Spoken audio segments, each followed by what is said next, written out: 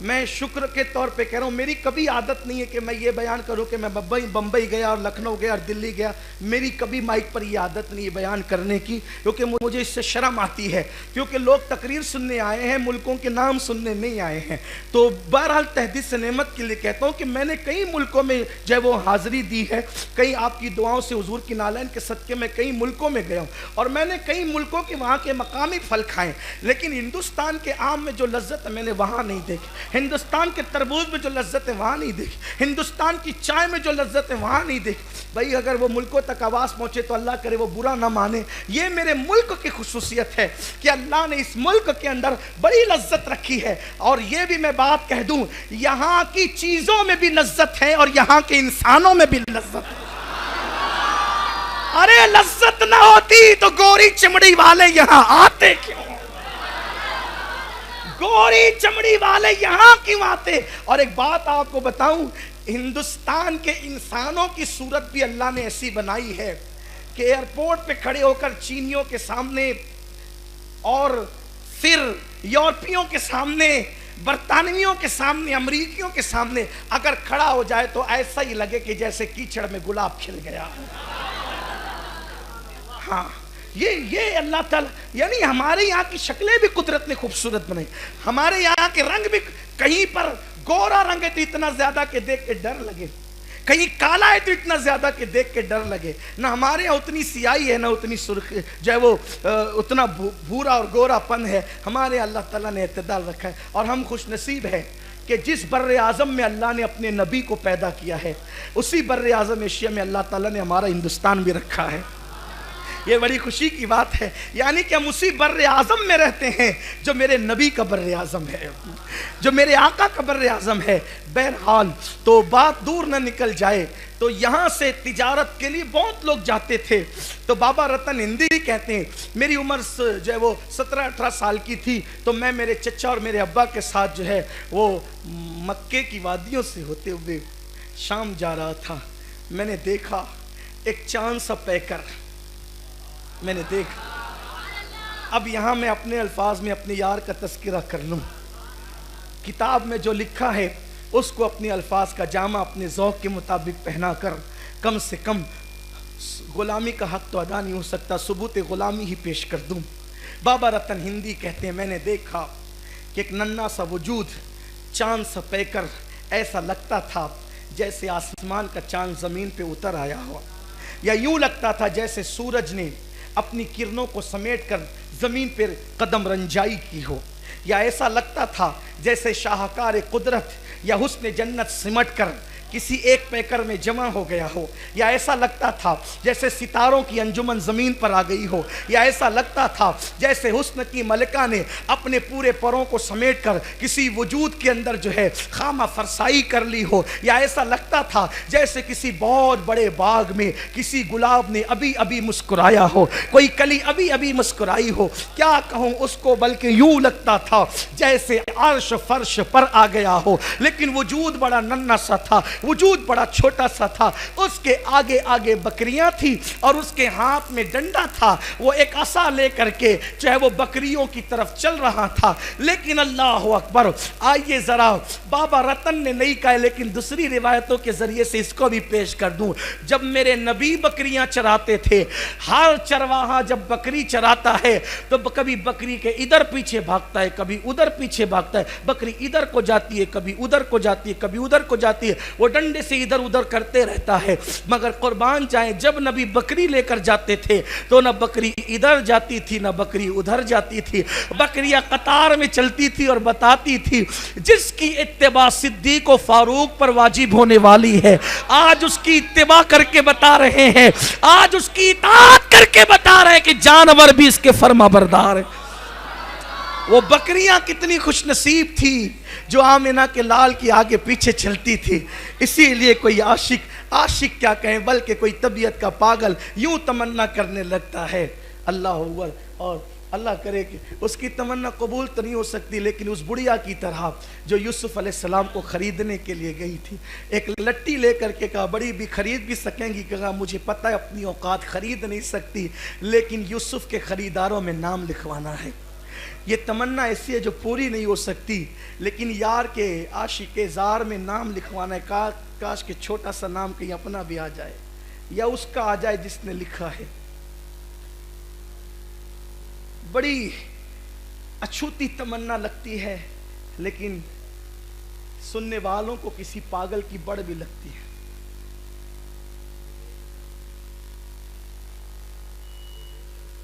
وہ لے کے جاتے مجھے روز، شاید اس پاگل طبیعت آدمی کے جملوں پر لوگوں نے توجہ نہیں کی ہے۔ اس نے تمنا یہ کی ہے، وہ لے کے جاتے مجھے روز روز روز، وہ لے کے جاتے مجھے روز کاش صحرا میں، وہ لے کے جاتے مجھے روز کاش صحرا میں۔ لکھنے والا یہ بھی لکھ دیتا تھا کہ اپنی کھوٹی پر باندھ لیا ہوتا، لیکن کھوٹی پہ بندھی ہوئی بکری یار کا دیدار روز نہیں کر سکتی، کہ کبھی رہتا ہے کبھی نہیں رہتا ہے صاحب مکان۔ پھر اس کے بعد شہر میں یا گھر پہ رکھنے کی تمنا نہیں کی ہے، بلکہ اس نے تمنا کی ہے صحرا کی۔ شاید اس کی تمنا کے پیچھے راز یہ ہو کہ صحرا ہو اور وہ بکری ہو اور اس کا یار ہو۔ صحرا کی تمنا اس لیے کی ہے کہ یار کے دیدار کی لذت جو تنہائیوں میں آتی ہے وہ لوگوں کے سامنے نہیں آتی۔ اس لیے استاد زمن نے بھی کہا ہے کہ دل میں ہو یاد تیری گوشے تنہائی ہو، پھر تو خلوت میں عجب انجمن آرائی ہو، آستانے پہ تیرے سر ہو اجل آئی ہو، پھر تو اے جانے جہاں تو بھی تماشائی ہو۔ کہ وہ لے کے جاتے مجھے روز کاش صحرا میں حلیمہ دائی کی بکری ہی بن گیا ہوتا۔ تمنا پوری نہیں ہو سکتی، لیکن لٹی والا معاملہ ہی ہے کہ عاشقان زار میں کئی نام آ جائے تو ان کا کرم ہے۔ تو بابا رتن کہتے ہیں بڑا جو ہے وہ ننھا سا وجود تھا، من موہنی صورت تھی، اللہ اللہ وہ بچپنے کی فمن، اس خدا باتی صورت پہ لاکھوں سلام۔ بہت بارش ہو چکی تھی وادی میں، پانی بھرا ہوا تھا، بکریاں چھلانگ لگا لگا کر آگے کود رہی تھی۔ وہ وجود نازنین ہاتھ میں عصا لے کر ٹھہر گیا اور انتظار کرنے لگا کہ اب کروں کیا۔ واللہ وہ محتاج نہ تھا، اس لیے کہ جو سدرہ پر جبریل کے آگے آگے جائے، جہاں جبریل ان کے ساتھ چلے تو تھک جائے، اسے چھلانگ لگانا کوئی مشکل نہ تھا۔ لیکن بات عرض کروں، صاحب حیا کے لیے چھلانگ لگانے میں آر محسوس ہوتی، جو بیچاروں کو حیا جو ہے وہ چھو کر بھی نہ گزری ان کے لیے کچھ نہیں ہے۔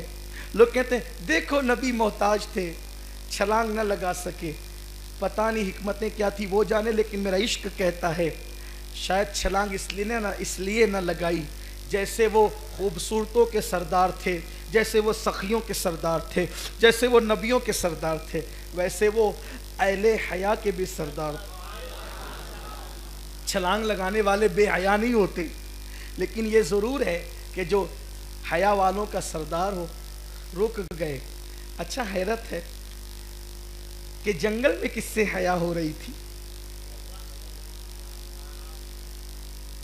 جنگل میں کس سے حیا ہو رہی تھی؟ وجہ یہ تھی، آیت ہے نا، کیا ہے؟ انکا بِأَعْیُنِنَا، اس طرح کی کوئی آیت ہے نا، او کما قال، مجھے صحیح آیت یاد نہیں آ رہی ہے، لیکن اس کا مفہوم یہ، حبیب ہر وقت تو میری نگاہوں میں ہے۔ انکا بِأَعْیُنِنَا، اے محبوب، بولو آپ جی لوگ، انکا بِأَعْیُنِنَا، اے محبوب تو ہر وقت میری نگاہوں کے سامنے ہے۔ اللہ اللہ، کوئی کسی کو نگاہ میں رکھتا ہے، کوئی کسی کو نگاہ میں رکھتا ہے، قدرت کہتی ہے میرے یار تو میری نگاہوں کے سامنے ہے، تو ہر وقت ہماری نگاہوں کے سامنے ہے، تو ہر وقت ہماری نگاہوں کے سامنے ہے۔ اللہ اکبر، وہ حیا والا رسول نگاہوں کے سامنے ہونے کی وجہ سے، نگاہوں کے سامنے ہونے کی وجہ سے گویا کہ حیا فرما رہے ہیں۔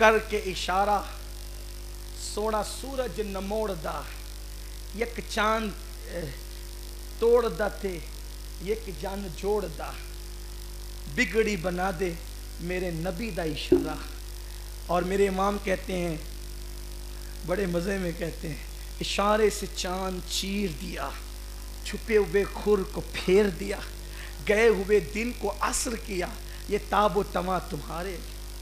رتن ہندی نے سوچا کہ کیا ہو رہا ہے, بہت پریشان رہے کیا کریں کچھ سمجھ میں نہیں آیا. عرب سے قافلہ آیا تجارت کا, وہ بھی آئے تو بات نکلی کہ بھئی وہ ایک ایسے عجیب چاند ٹوٹا پھر جڑا. تو لوگوں نے بتایا کہ ہمارے مکہ میں ایک شخص نے نبوت کا اعلان کیا ہے اور نبوت کے لیے جب دلیل مانگی گئی تو اس نے کہا کہ جو کہو دلیل پیش کرے, کیونکہ جادو زمین کی چیزوں پہ اثر کرتا ہے آسمان کی چیزوں پہ اثر نہیں کرتا. تو لوگوں نے کہا کہ چاند کے ٹکڑے کر دے, تو اس نے ٹکڑے کر دیا. تب بابا رتن ہندی کہتے اسی دن میں جوت جگی کہ اس یار سے ملنا چاہیے جو چاند ٹکڑے کرتا ہے. کہا پھر میں نے تیاری کی, تجارت کا مال لیا اور گیا. جب میں عرب پہنچا تو مجھے تو اب تجارت دوسرے نمبر پہ تھی, پہلے نمبر پہ یار سے ملنا تھا, یار کا دیدار کرنا تھا. میں گیا تو دیکھا کہ روتب سمجھتے جو کچی تازہ کھجوریں ہوتی ہیں نا اس کو روتب کہتے ہیں, جس میں عام طور پہ مسجد نبوی میں جس سے افطار ہوتی ہے تازہ روتب بھر کے پڑی ہوئی تھی ان کے سامنے. اور میں گیا جا کر کے بیٹھا. بیٹھنے کے بعد انہوں نے مجھے دیکھ کے مسکرایا اور مسکرا کے کہا روتب کھا. میں ڈرا, ان کا چہرہ بڑا خوبصورت تھا, سب لوگ ادب سے بیٹھے تھے, میں ہندوستانی ہندی تو میں جو ہے وہ ادب سے بیٹھا. انہوں نے کہا تکلف نہیں کرتے, اس سے نفاق بڑھتا ہے, تکلف چھوڑ اس سے محبت بڑھتی ہے. قریبا ادن منی قریبا, اور میرے ساتھ کھجور کھا. کہا میں کھاتا گیا لیکن انہوں نے کیا کیا, جب میں کھا چکا تو 7 کھجوریں اٹھا کے مجھے دی, 7 کھجوریں اٹھا کر کے دی. میں نے کہا چاند جس نے توڑا تھا وہ آپ ہی ہیں؟ کہا میں ہی ہوں. نبوت کا جس نے اعلان کیا وہ آپ ہی ہیں؟ کہا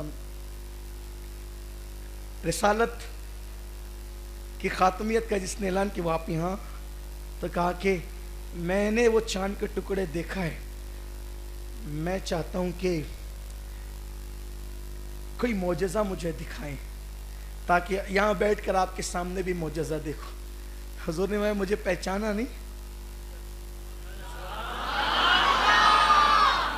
مجھے پہچانا نہیں, کہ نہیں پہچانا.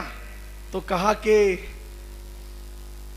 بارش ہوئی تھی طائف کی وادیوں میں, تم کسی کے ساتھ جا رہے تھے؟ ہاں. ایک چھوٹا نہیں استغفر ننھا سا وجود دیکھا تھا, بکریاں چرا رہا تھا اور تو نے اس کو پار لگا دیا تھا, اس نے 7 بار تجھے دعائیں دی تھی. ہاں. وہ کون تھا؟ میں ہی تو تھا. جا 700 سال تک تو جیے گا. اس وقت 7 مرتبہ دعائیں دی تھی, ادھر 7 کھجوریں عطا فرمائی, 7 کھجوریں دی, ادھر 7 دعائیں دی. اللہ اکبر. کہا کہ پھر میں ملا, ہاتھ بڑھایا, مسلمان ہوا اور پھر ان سے مل کر چلا گیا. پھر پوری زندگی ملاقات نہ ہوئی. انہوں نے مجھے اپنا جبہ دیا تھا, انہوں نے مجھے اپنا جبہ دیا تھا. 700 سال تک جبہ لے کے پھرتا رہا. کتنے بڑوں سے ملاقات ہوئی, نہیں دیا. عارف ملے, عابد ملے, قطب ملے, ابدال ملے, اغواس ملے, رجال الغیب ملے, سب ملے, کسی کو نہیں دیا وہ جبہ. 700 سال کی عمر ہو گئی, زندگی کے آخری ایام آ گئے. حتیٰ کہ رتن ہندی کا وجود مرغ کی طرح نرم ہو گیا. کپاس کے اندر آپ کو بٹھا کر رکھنے لگے, زنبیل میں آپ کا وجود رکھا جانے لگا اور آپ اسی میں رہتے. جب کوئی آتا تو آپ کے کان میں کوئی کہتا سرکار یہ فلاں آیا ہے, کچھ پوچھنا چاہتا ہے. اور لوگ اکثر آ کر کے وہی پوچھتے تھے کہ کیسے دیکھا حضور کو, کیا دیکھا, تو تفصیل بتاتے تھے. علاؤ الدولہ سمنانی کے ساتھ سرکار مخدوم اشرف جہانگیر سمنانی کا سفر بھٹنڈا ہوا. کہاں پر؟ بھٹنڈا. میں بھی گیا ہوں بھٹنڈا. بھٹنڈا کا سفر ہوا. وہاں پہنچے تو رتن ہندی نے جب ان کو کہا گیا کہ ایک حسینی سید آیا ہے جس کا نام اشرف ہے, کہا بلاؤ اس کو. بلائے گئے اور اس کے بعد جب بلائے گئے ساری تفصیل مخدوم صاحب سے انہوں نے بیان کی, وہی جو میں نے ابھی آپ کو بیان کی. اور پھر اس کے بعد کہا وہ میرا صندوق لاؤ. کہتے ہیں اس میں 114 تبرکات تھے رسول اللہ کے. کتنے تھے؟ 114 تبرکات تھے رسول اللہ کے. ایک تبرک کنگی علاؤ الدین دولہ کو دیا اور وہ پورے تبرکات حضور کا جبہ سمیت بطور خلافت و اجازت حضرت بابا رتن ہندی نے مخدوم اشرف جہانگیر سمنانی کو عطا فرمایا اور اپنا خلیفہ بنایا. اس طرح سے رسول اللہ سے اجازت ملی رتن ہندی کو اور رتن ہندی سے اجازت ملی میرے مرشد مخدوم اشرف جہانگیر سمنانی کو. ہندوستان میں اتنا قریبی سلسلہ کسی ولی کا نہیں. سارے ولی شان والے ہیں لیکن یہ شان اللہ نے صرف مخدوم اشرف جہانگیر سمنانی کو عطا فرمائی ہے. یہ ایک سلسلہ ہے اور اس اعتبار سے حضرت مخدوم اشرف جہانگیر سمنانی تابعی ہوتے ہیں, کیونکہ جس نے صحابی کی زیارت کی ہے اس کو تابعی کہتے ہیں اور تابعی ہونے کا شرف حضرت سیدنا مخدوم اشرف جہانگیر سمنانی کو ہے. ایک اور بزرگ بھی تابعی ہیں جن کو تابعی کہا جاتا ہے, وہ ہے حضرت سیدنا سید بدیع الدین زندہ شاہ مدار رحمت اللہ علیہ. ان کو بھی لوگ تابعی میں شمار کرتے ہیں. یہ ہے مخدوم اشرف جہانگیر سمنانی. آپ بتائیں کہ 700 سال تک رسول اللہ کا جبہ جس کی خاطر سنبھالا گیا اسے مخدوم اشرف کہتے. 114 تبرکات جو ہے وہ بابا رتن ہندی نے دیے. اللہ اس اشرف سمنا کی برکتیں نصیب فرمائے. مخدوم صاحب فرماتے ہیں جو میرے مزار پر حسن عقیدت کے ساتھ آئے گا اللہ اس کی بدبختی کا خاتمہ فرما دے. پھر وہ بدبخت نہیں ہوگا لیکن حسن عقیدت شرط ہے. اور فرماتے ہیں کہ جو میرے سلسلے سے متصل ہوگا, سرکار مخدوم صاحب فرماتے ہیں جو میرے سلسلے سے متصل ہوگا اللہ تبارک و تعالی اس کو ایمان پر خاتمے کی دولت نصیب فرما. لیکن سلسلے کی برکتیں اسی کو نصیب ہوگی جو مخدوم پاک کے مسلک پر چلے گا. جو مخدوم صاحب کے مسلک سے ہٹا, آدھا تیتر آدھا وٹیر اگر آپ نے کرنے کی کوشش کی تو وہاں تو سلسلہ ہی ختم ہو جاتا ہے. اللہ پاک مخدوم صاحب کے فیوز و برکات سے ہم سب کو مالا مال فرمائیں. ہم خوش نصیب ہے ہندوستان والے, ایسی ہستیاں ہمارے ملک میں موجود ہیں, عظیم ملک میں موجود نہیں ہیں. اس پر ہم بے پناہ مسرور ہیں, مسرت کرتے ہیں کہ ایسوں کا دامن ہمارے ہاتھوں میں ہے اور وسیلہ جتنا بڑا ملتا ہے قرب بھی اتنی جلدی نصیب ہوتا ہے. ہمارے ہاتھ میں مخدوم اشرف کا دامن ہے, غریب نواز کا دامن ہے, نظام الدین محبوب الہی کا دامن ہے. بس اب اپنی گفتگو سمیٹ لوں کہ ماہ محرم تھا 808 ہجری کی تاریخ تھی. عاشورہ کے دن مخدوم صاحب نے آسمان کی طرف نگاہ کی اور نگاہ کر کے کہا کہ میرے جد کریم امام حسین کی شہادت کا دن ہے. میری تمنا ہے کہ کاش یہی مہینہ مجھے بھی نصیب ہو جائے یار کی لقاء کے لیے. بس زبان سے یہ جملے نکلنے تھے, طبیعت میں علالت آ گئی, طبیعت میں علالت آئی. فرمایا میں چاہتا ہوں کہ میری نگاہوں کے سامنے میری قبر کھودی جائے اور لحد تیار کی گئی. آپ نے لحد میں بیٹھ کر ایک کتاب لکھی جس کو رسالہ قبریہ کہتے ہیں. بڑی پر کیف وہ کتاب ہے, اس میں بڑا سوز ہے, بڑی لذت ہے. اس میں نصیحتیں لکھی ہے, مخدوم صاحب نے خود لکھی ہے کہ رافضیوں سے دور رہنا, شیعوں سے محفوظ رہنا، اور صدیق اکبر، فاروق اعظم، عثمان غنی، مولا علی، ان سب کی خلافت علی ترتیب ہے. یعنی اپنا جو عقیدہ تھا وہ آپ نے لکھا قبر انور کے اندر بیٹھ کر وصال سے پہلے، اور اس کے بعد جو ہے وہ پھر 28 محرم الحرام کو آپ جو ہے اس دنیا سے کوچ کر گئے. مخدوم صاحب رحمۃ اللہ علیہ نے جو ہے وہ آپ کا جو پانی ہے نا، پانی شریف، اللہ تعالیٰ نے اس پانی میں شفا رکھا. اور حضرت شیخ عبدالحق محدث دہلوی فرماتے ہیں جنات کو بھگانے کے لیے، یہ شیخ عبدالحق محدث دہلوی لکھتے ہیں جنات کو بھگانے کے لیے مخدوم پاک کا نام جتنا مؤثر ہے، اتنا مؤثر نام بہت کم لوگوں کا دیکھا گیا ہے. اور یہاں تک کہ بھی ہمارے بزرگوں نے فرمایا اگر کوئی چراغ مخدوم صاحب کے آستانے پر صرف 40 دن تک جل جائے، صرف 40، تو جو برکتیں ان کے روزے سے لوگ حاصل کرتے ہیں وہی برکتیں ان کی چوکھٹ پہ جلے ہوئے چراغ سے بھی لوگوں کو مل جاتی.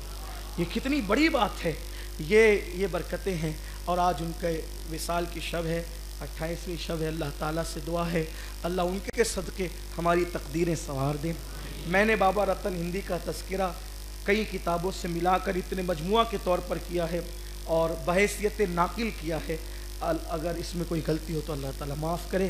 استغفر اللہ رب من کل ذنب واتوب الیہ وما علینا الا البلاغ.